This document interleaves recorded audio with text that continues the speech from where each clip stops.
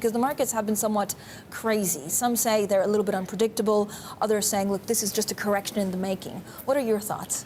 I think market is absolutely crazy. So there's no other definition. There is no correlation with the fundamentals. So it is typical that when you have this kind of condition, markets are irrational. They are on a panic selling mood.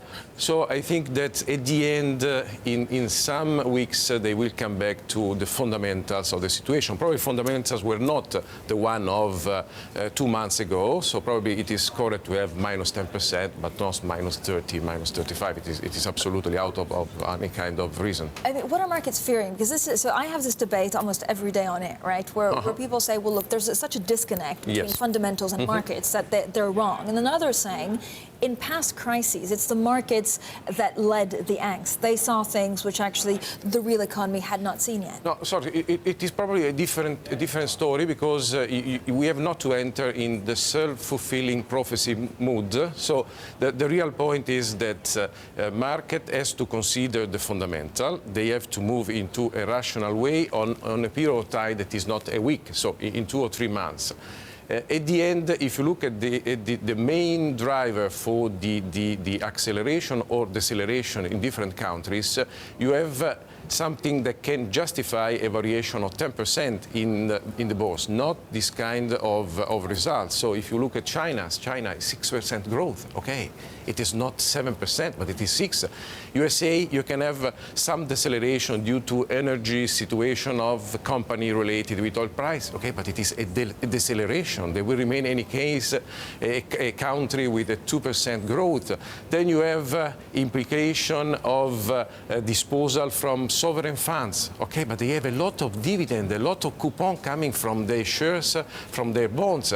So, in my view, there is probably an overreaction to some negative implication for deceleration in growth, but not to go into a recession. And this kind of valuation the implication is a deep recession that is completely out of the figures of today's numbers, but in my view, it is not possible to have a recession. Do you think banks have been unfairly punished? We were covering Deutsche Bank. That's a good point, because there was a lot of confusions in some areas in the banking sector.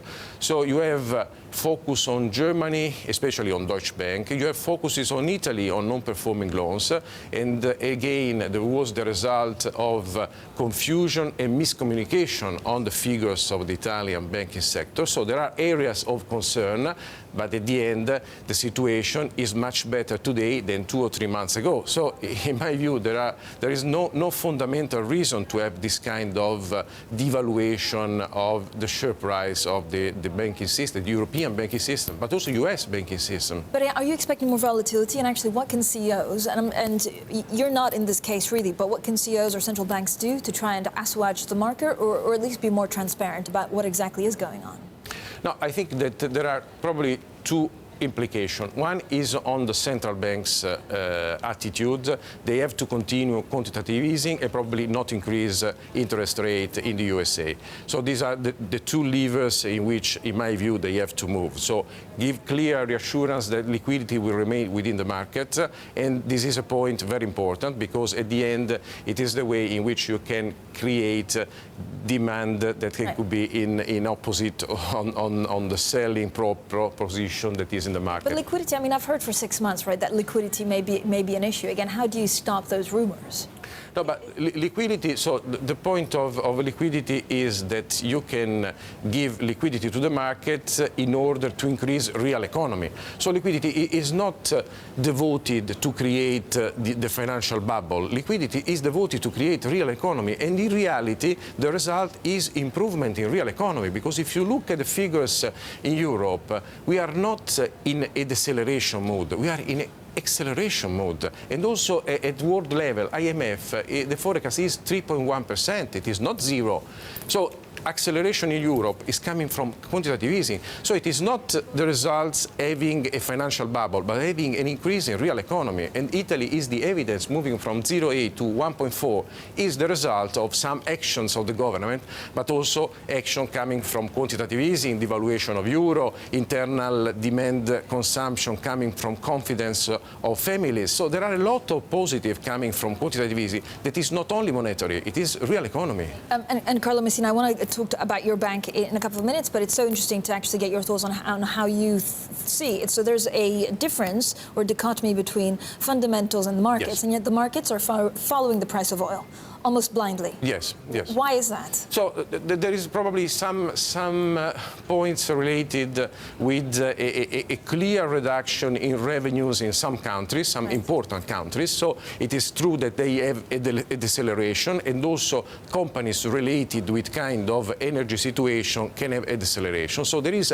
a portion of real economy that can have an impact from this situation. But on the other side, on the family area, so on the internal demand coming from lower prices that give you more disposable income, you have a positive situation on real economy. So the balance of these points are not negative. So in reality, there is again underestimates of the positive coming from this situation. That's also, you can have some sovereign fund that can reduce their exposure to some areas in order to have cash flow, but again, it is not something that can change the situation. So I'm really, I think that in this moment there is a significant buying opportunity in the market. One very last question on negative rates. A buying opportunity, I guess you would intimate it's maybe some of the banks that have been oversold. Yes. But are you not uneasy about negative rates?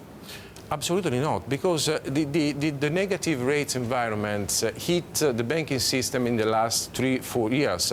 But banks like us that change the business model can have a significant benefit from zero interest rate or negative interest rate, because clients will move into asset under management product, into wealth management products, so they will find solution in order to have yield. So if you are in a good position to convert from government bonds or retail bonds into asset under management, you can earn much more money than you can lose on interest side. And then if you compare for banks that made issuance during the time of the crisis, the cost of funding will reduce in a significant way. So I see significant opportunities coming from this scenario, not threats. So in any case, also for banks that are not in a position like us, there could be an impact. It could be probably 10% of their net income, but not 50%. So again, the implication on valuation are completely different from what the market is considered today. All right, Carlo Messina, thank you so much. An optimistic view there from one of Italy's biggest bankers, Europe's biggest bankers.